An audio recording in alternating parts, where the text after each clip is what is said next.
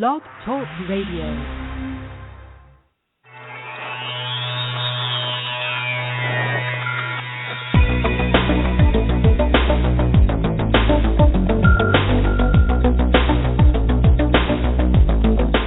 Across the country and around the world, streaming live on the internet, it's Real Estate Coaching Radio, bringing you the latest news, interviews, and secrets of the top producers. Hosted by award-winning real estate coaches, Tim and Julie Harris. And welcome back to Real Estate Coaching Radio with Tim and Julie Harris, your unfiltered, full-strength honesty about what is truly working to get you into action and make you money in this new real estate boom. So a thought for all of you, how's your year going? How are you doing so far this year? Can we help you? Do you need a free coaching call? If you do, just go to freecoachingcallsforagents.com, freecoachingcallsforagents.com, of course, and request your free coaching call. So on today's radio show, Julie and I are going to be talking about something that I hear continuously from almost all of you. It's confusion about what your role is as a realtor, as a salesperson, more specifically, your fear of feeling like you're being too pushy. So, Julie, welcome to today's radio show. Thank you so much. I'm excited about this topic. Yes, I know. And, why are you excited about it, Julie? Because, honestly, I just thought of this topic this morning, but I knew it would be something that you and I could talk about without over-preparing, because it's something we have to help agents overcome constantly. But why is it a topic that you know should resonate with every single one of the thousands of listeners that we have? Well, I think that this is something that virtually everyone has going on in their mind as a salesperson, and if you don't lie about it, of course you have that thought. I mean, of course you do. Who doesn't? People who are actually pushy, that's who, okay, which is maybe a micro percent of all of you guys listening. So it's natural to have that thought, but you can't let it affect your income. You have to figure out using scripts and different approaches and really thinking about this and coming to terms with it. And I'm excited about it because it's such a common thing that we hear. We really need to do this show about it to get in front of it and to help them cure themselves of fear of pushiness. Well, so there's our goal, guys. We're going to cure you of being, using the rationalization. By the way, Julie, I think of a little bit of it's that too, right? I mean, they're just pretending like it is. It's an excuse. That's what it is. It's an excuse not to do your job. Avoidance. It's creative avoidance. It's basically telling yourself that, I didn't make my lead follow-up calls, or I'm not going to follow up on that buyer lead from the open house, blah, blah, blah, because I don't want to seem too pushy. But the other thing is, and Julie just touched on it as well, is psychologically a lot of you guys are confused about what you are. You're confused about what you do for a living. So let's clear the air on that first of all. You're salespeople. That's what you are. You're a salesperson. Get over it if you have a problem with that, because guess what? The highest paid people in the world are not athletes. They're not movie stars. They're not whatever else you might have in your head. They're salespeople. The highest paid people in the world are salespeople, and they always have been and they always will be, because a good salesperson, what they're doing is they're helping somebody solve a problem. They're helping the buyer solve a problem in our case and the seller solve a problem. They're putting together a transaction or, again, resolving an issue for two parties that otherwise might not even ever come together. Those intermediary type jobs, a salesperson, always pay the most. So the thought I have for all of you is simply, what can you be doing right now to change your mindset about being a salesperson? Okay, what can you be doing right now to change your thinking about what your role is? Go to your real estate license, check out to find out, what does your license say? It doesn't say home counselor. It doesn't say anything other than salesperson, correct? So embrace the fact that you're a salesperson and, change your mindset about it. Stop putting on your business card that you're anything other than a realtor. Be proud of the fact that you're a realtor. Now, Julie, how would they know if they had this issue with regards to considering themselves a salesperson? How would they know? How does that manifest itself in their real estate businesses? Well, I mean, for fear of being overly obnoxious or direct, here's the direct answer. If you're not making the money that you need to be making, you probably have this issue. That's it. That's pretty much the bottom line. But, if you're not calling all your leads back immediately, you have this issue.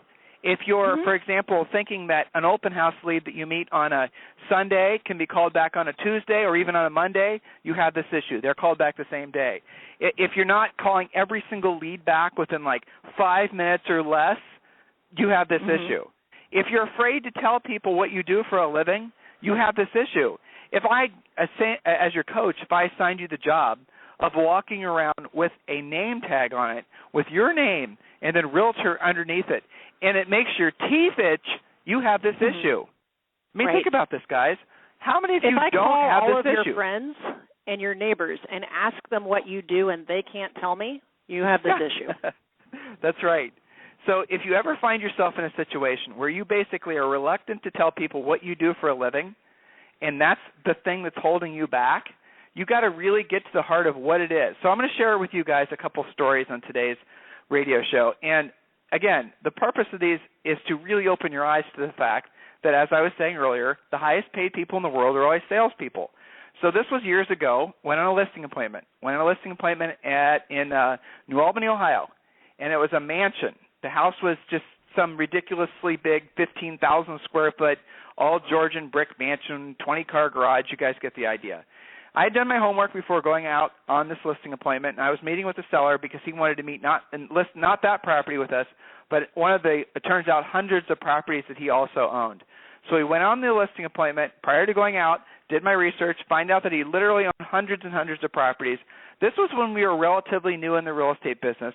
So I knocked on this guy's door, and the door slowly opened. And the door is like one of these ridiculous doors that you only see in the movies or in like a comic book, like 20-foot tall door. And, of course, I was met by a butler. And the butler shows me to one of the 14 sitting rooms or something, sits me down, and I'm sitting there and waiting for this guy to show up, the seller, the owner of all of this. And in walks this very gentlemanly guy who I had also done my homework ahead of time to know was a heart surgeon. He was actually not even a heart surgeon. He was a cardiologist, right?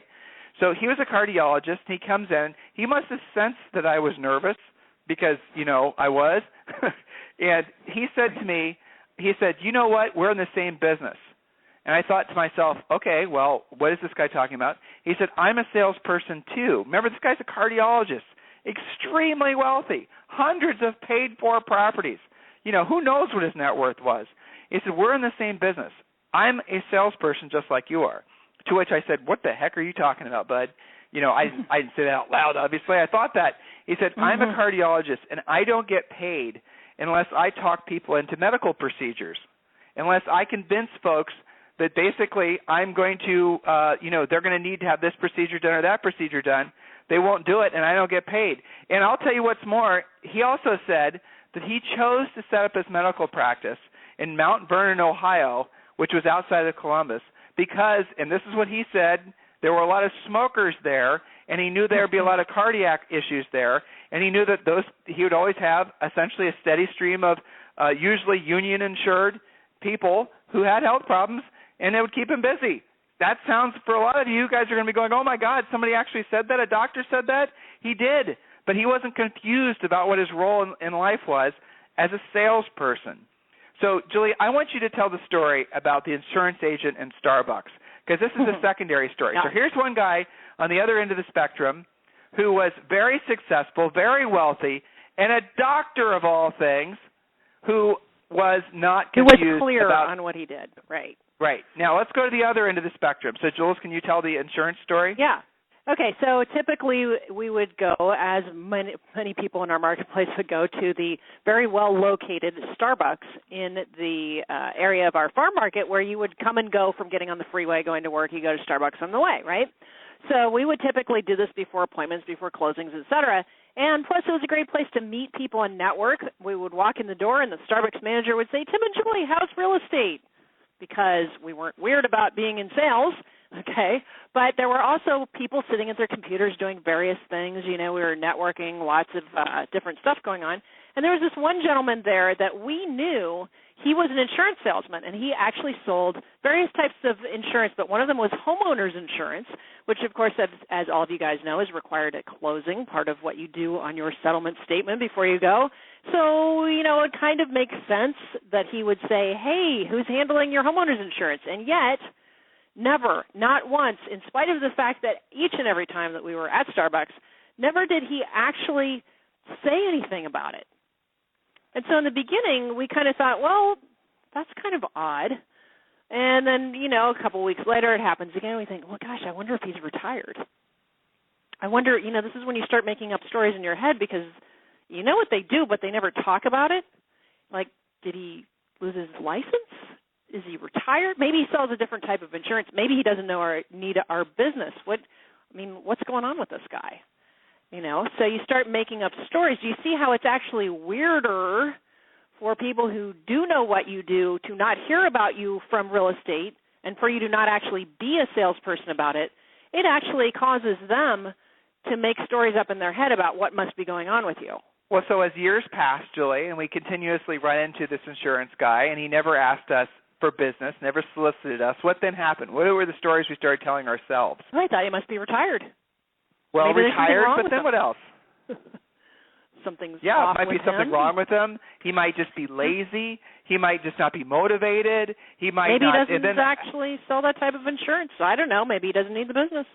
The point is that it created this really weird Meanwhile, we were conversation. using someone else, right? Meanwhile, our business was going to someone else, which I'm just saying might possibly be happening to someone that you might possibly should be talking to about being a salesperson in real estate. Exactly. So he was confused, unlike the first guy we told you about. He was confused about what he was supposed to do. His ego, whatever it was preventing him from actually soliciting us for business. We were one of the top realtors, and for a while, top realtors in that marketplace, and he never asked us for business. Doesn't that seem nutty? So how many of you right now in your lives are surrounded by people that sort of suspect or maybe know that you're in the real estate business, and you are foolishly telling yourself that, if they have a real estate transaction, if they need some help in their house, they'll just ask me. No, that's not the way it works. See, they know you're a salesperson, right?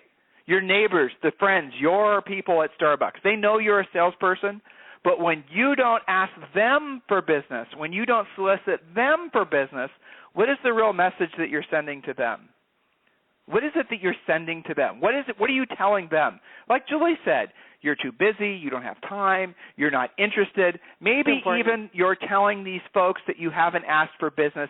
You're sending them a subconscious message that you think you're too good for them. You don't sell it, whatever it is, right? So there's nothing good that is associated with a salesperson who's afraid to tell the world they're a salesperson and solicit and offer their assistance. There's nothing good that will ever come from that. So you are constantly setting yourself up for disappointment followed by continued disappointment the more you allow yourself to go without actually asking people for if you can help them. So your issue in a lot of cases is going to be you just don't know how to broach the subject.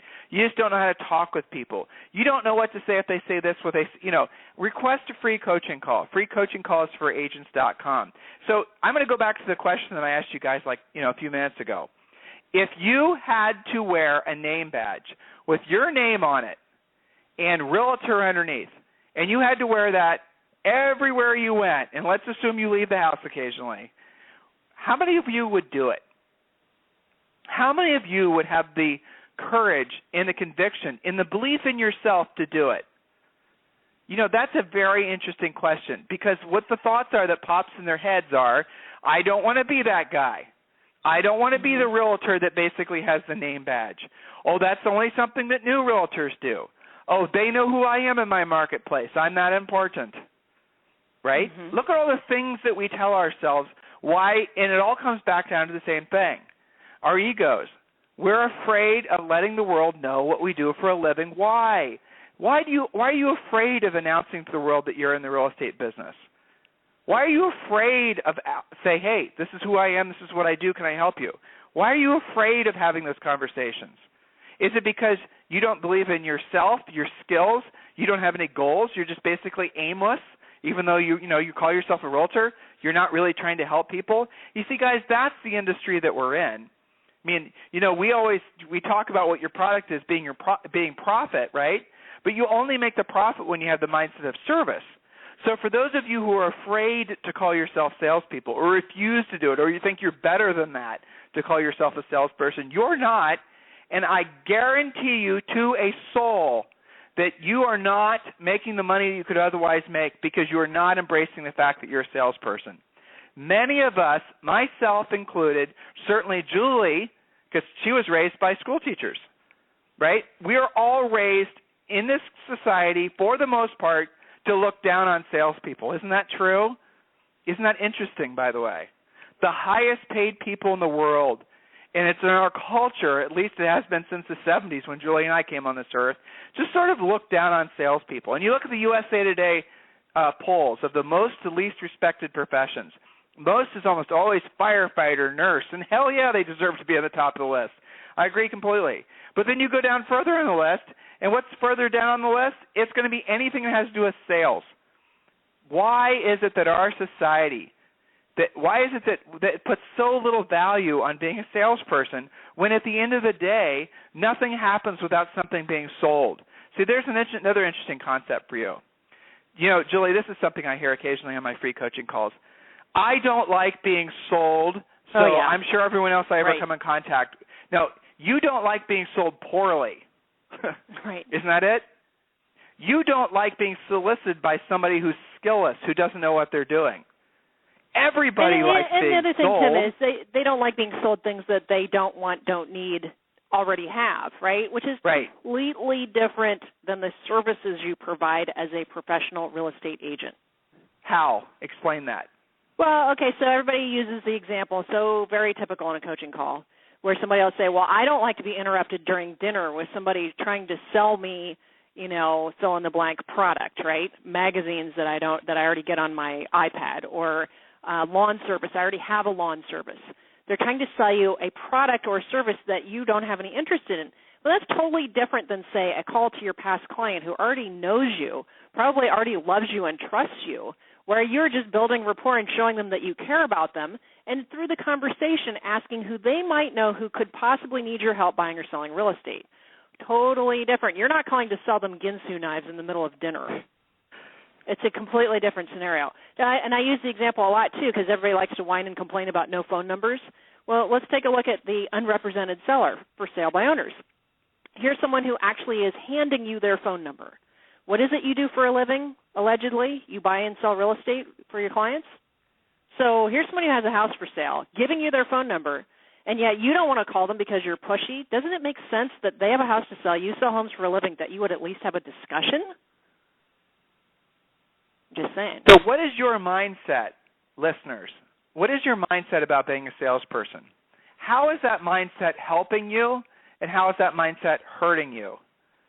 So if you were to set aside your, I don't know what you want to call it, preconceived notions about the idea of referring to yourself as a salesperson, if you were to set that aside and you are for a moment to embrace the idea that you're a salesperson, have pride in the fact that you're a realtor, a salesperson, love the fact that you're in a position to have, basically help people accomplish their real estate goals, why, if you're at that point where you're ready to accept that, then the ideas next that flow in your head are, okay, tell me what to say, tell me how to say it. Tell me how to have those conversations, Julie, where I'm standing in line at Starbucks and I can chat up somebody about real estate. Help me to understand what comes after that conversation. How do I actually talk with people in an informal setting about, real estate without jumping down their throats, right? So for those of you who are ready to take this conversation to the next level, I want you to go to freecoachingcallsforagents.com, freecoachingcallsforagents.com. And for the rest of you who are thinking that you have to keep on basically putting on your business card, let alone, if you hand your business cards out at all, for those of you who are trying to be secret agents, who are trying to hide your light in a barrel, who are afraid of embracing the fact that you're a salesperson, you really need to ask, what price are you paying for that mindset? And who is it exactly? What are you trying to prevent from happening by not calling yourself a salesperson? So if you call yourself a salesperson, what are your fears that are associated with that? They're all from your ego. So if you were to replace just try this on for a second. Your job is to help people. Your job is to help people in this particular industry, obviously, either buy a home, sell a home, or ideally multiple homes.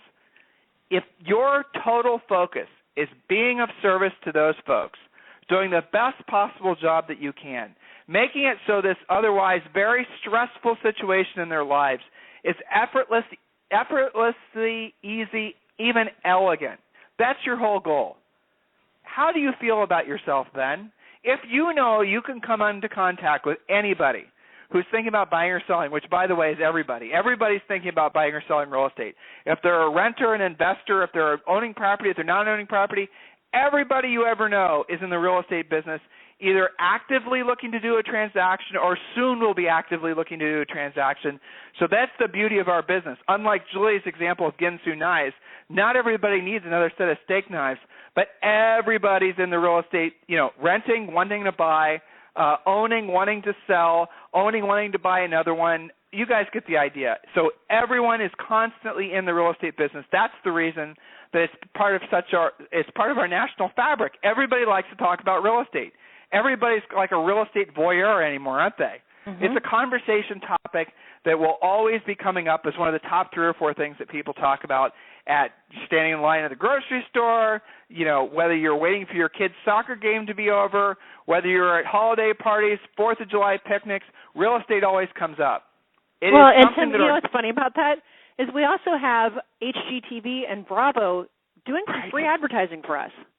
Right. They are helping people have that enthusiasm again for real estate. So why be a secret agent? Organically, those conversations happen constantly, so you just need to participate in them.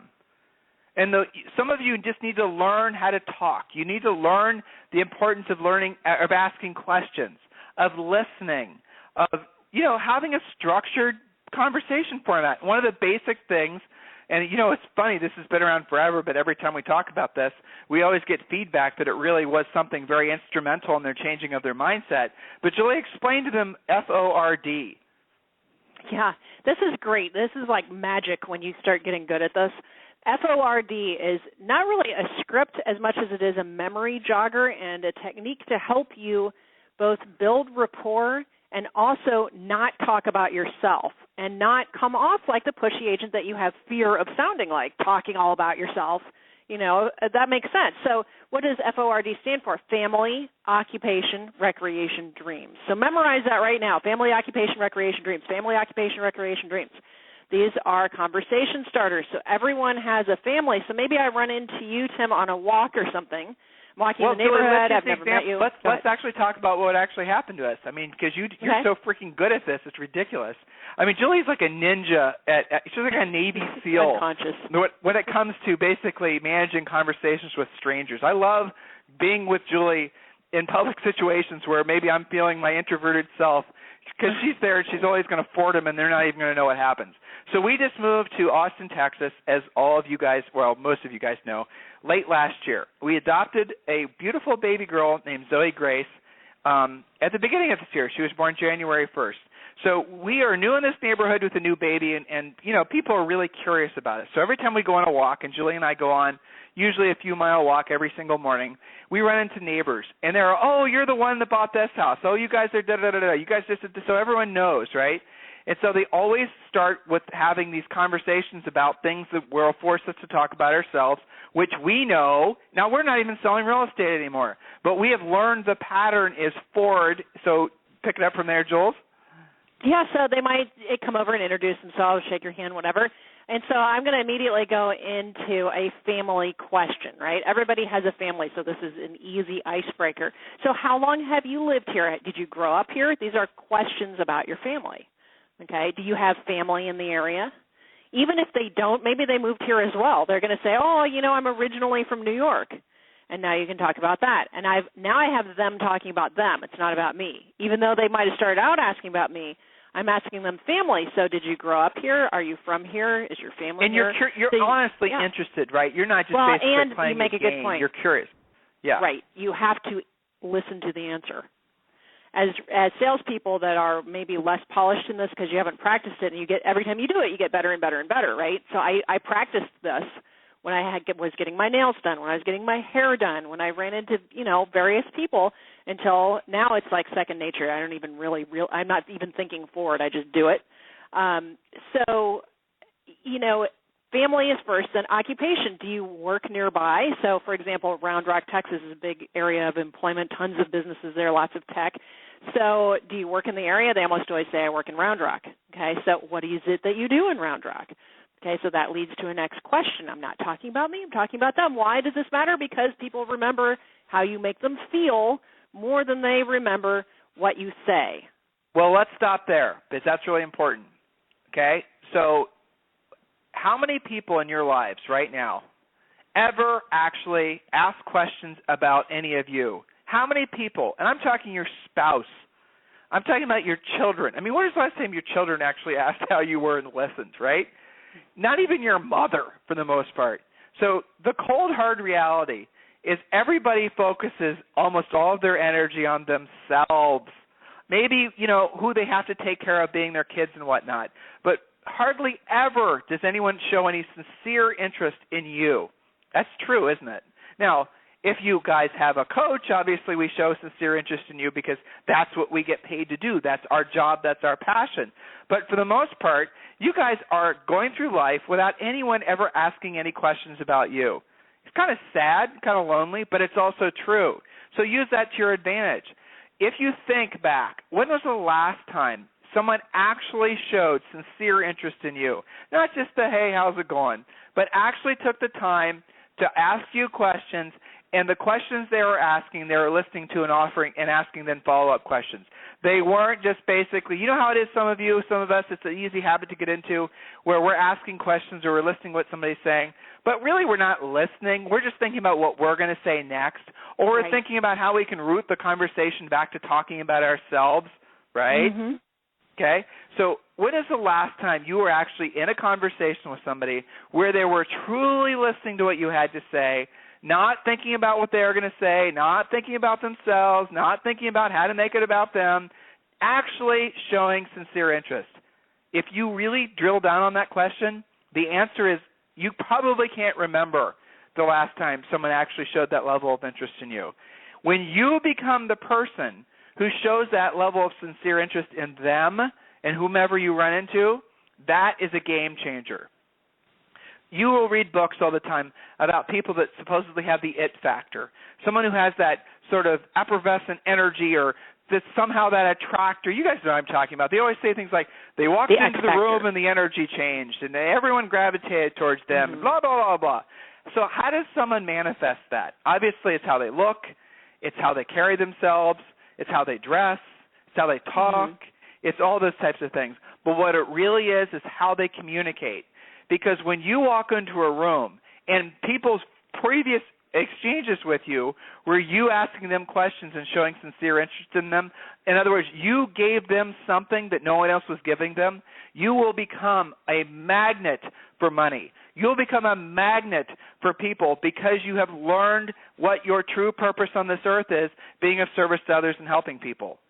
The ego is what screws all this up, wanting to talk about yourself. Count how many times you say that use personal pronouns, I, me, we, right? How often do you want to turn everything? Yeah, one of the things to look for, Tim, the I, definitely, how many times you use I in a conversation. But when people say things like, well, that was just like the time that that was like when I did this, when I did that, where you kind of listen to somebody's story and then you make it about your story. Exactly. Okay. And that's typically what people do. They don't care about you. No, well, they'll care about you out of politeness. But what they're really trying to do is think about how the hell to get away from you.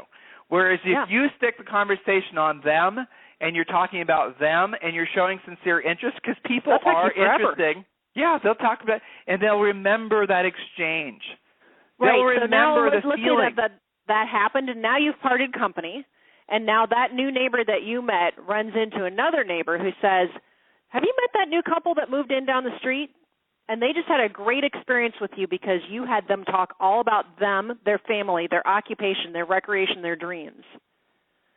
They might not remember the exact conversation, but they're going to say, God, they were such a nice couple. Okay? And they're going to remember you, and then they're going to expand their center of influence and bring more people to you. Are you being a pushy salesperson? No. But are you putting an impression on them, what you do, but making them feel warm and fuzzy about you because you got them to talk about them. And see, Tim, here's the thing. A lot of agents think that when you have like that X factor going on, that's a natural thing and you're born with it or you're not. When in fact, it's a practiced, scripted, repetitive, easy to learn type of a scenario. And it makes you much more natural and actually much more comfortable. First time I did it, I wasn't that comfortable with it. But the 9 millionth time, I don't even think about it. I remember numerous coaching clients that I've had, maybe, 100 maybe, where this has been what they reflected back upon as being one of the most influential things that I help them to understand. Because prior to understanding the importance of Ford, prior to understanding the importance of asking questions and listening and showing and having sincere interest, not just showing it, they were always social pariahs, or they never felt like they were connecting with people. They just always felt like they were the wallflowers. And as soon as they learned the power of this communication, style, really it's a mindset shift. But you can fake it a little bit. But what will happen is as you learn to listen to what people have to say and ask questions about what they just said, your mindset actually changes. You do become a person who's sincerely interested in helping them because you've developed a real personal bond with them. You guys, you understand? This is what all of you want. It's what all of us want. We want better quality connections with folks. We want to have meaningful relationships with people. If you want something, you have to give it to get it. If you want understanding, if you want love, if you want money, if you want success, if you want people to give a shit about you, you have to give it first. You're not just going to get it. You're not entitled to it. Learn to be the person who gives it, and then you will get it. You'll be like a magnet for everything you're wanting to attract. There are no exceptions to this rule, and it works in every society, every culture, every age group. It works for everyone. Become the person that people want to be around. Embrace the fact that you're a salesperson. Change your mindset about what it means to be a salesperson. And quickly thereafter, when your coach asks you to do something that otherwise would have made you uncomfortable because, oh, my God, I'll have to be a salesperson when I'm doing it, you're going to be like, hell yeah, I'll do that. Give me 10 times more of that to do because I love the fact that I'm a salesperson. And because you get results. Yeah, that's right, because you're making money, right? I mean, all of this whole entire conversation, everything we talk to you guys about in the radio show every day, the whole point of it is for you to make a profit. This is not for us to sit around the campfire and just basically talk about the stars. We are in this industry to make money. Our product is profit. The only way you make profit is actually sincerely having the mindset of service. And that's what happens when you follow techniques like this. You can shift your state, your mental state, away from your ego and into the position where you can be of service to others. If there's anything we can do for you, what are you supposed to do? Free coaching calls for agents.com, free coaching calls for agents.com. Hopefully, this radio show will help you move your business forward and make this the best year of your life. There is still time, We have 6 months left. Have a fantastic day, and we'll talk with you soon. This program has been a presentation by Tim and Julie Harris, Real Estate Coaching.